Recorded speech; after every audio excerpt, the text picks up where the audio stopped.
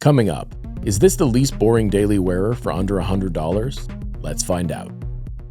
Hello and welcome back to Automatic Reviews. I'm Mark. This week's review is of the absolutely excellent Watchdives WD1972. But before we get to that, I'd just like to let you know that I put up videos every week, and my goal is to focus on the best watches at all price ranges.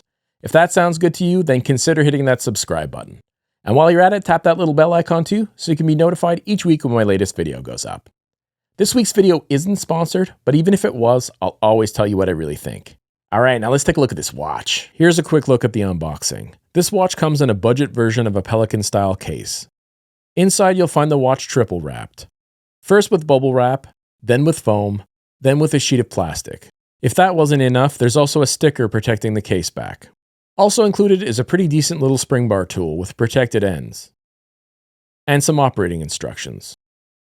Of course, there's also a warranty card. This watch features a 2-year warranty, which is exceptional for a budget quartz watch. Definitely great to see. The 316L stainless steel case is all blasted. The case is 40mm across and 11.2mm thick, including the crystal. It's 46mm lug to lug, and it has a lug width of 20mm.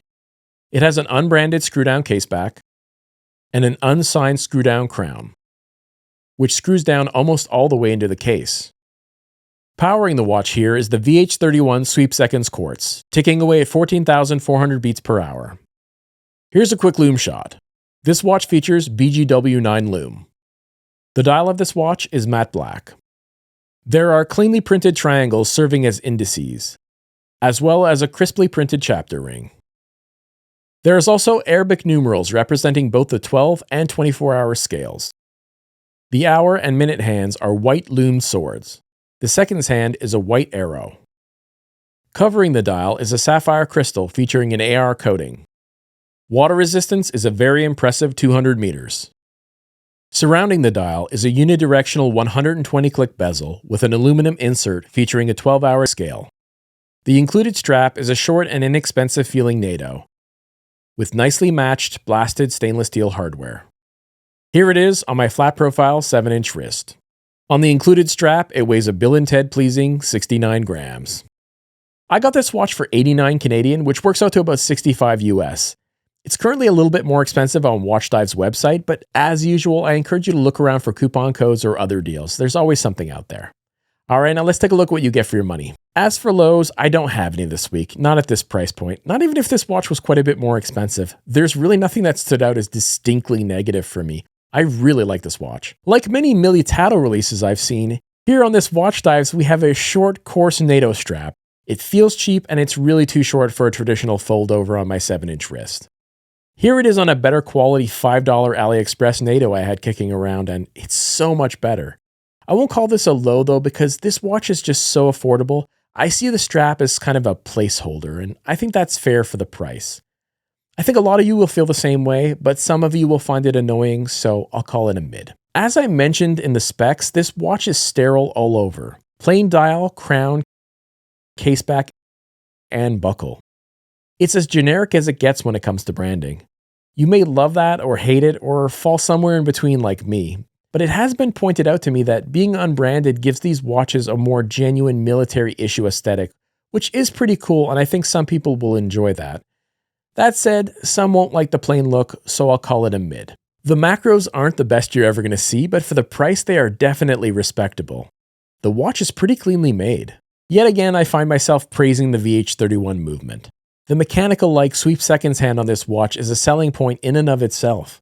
I would always opt for a VH31 movement over any other budget quartz. It's just great. This watch is built like a little tank. It has a super secure screw-down crown with excellent threading. It has 200 meters of water resistance, and the bezel functions extremely well with excellent grip, good alignment, and a super crisp click. I'm really impressed with the bezel action. Overall, this watch feels way more sturdy than you'd expect. It's really well made. This watch is a joy to wear. It's a great size and weight, there are no hot spots, and it conforms very well to the wrist. It's really comfortable. This piece has so much wrist presence. Despite being of modest proportions, it just wears big.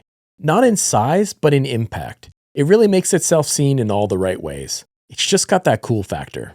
This watch is pure value. Honestly, this is a watch that only a handful of companies could offer at this price. Watchdives is definitely on that short list. They really have created something strong for a very reasonable price here. This might even be a better deal than the Militado ML05 when you consider what you get for the money, and that is high praise indeed. So, I started with a question. Is this the least boring daily wearer you can buy for under $100? I can hear you already. Not boring? This is a stainless steel black dialed watch with a black bezel. It has a sterile dial, crown, caseback, and buckle. But hear me out. My answer is it just might be the least boring offering out there. Yes, it's basic in many ways, but that's why we can still easily classify it as a daily wearer. The elements which make it predictable are the same ones that make it reliable, so we can't mark it down for that. What it does have going for it, though, is a really interesting, albeit borrowed, asymmetrical case shape. The watch is such a tidy wearable size, but it has huge presence.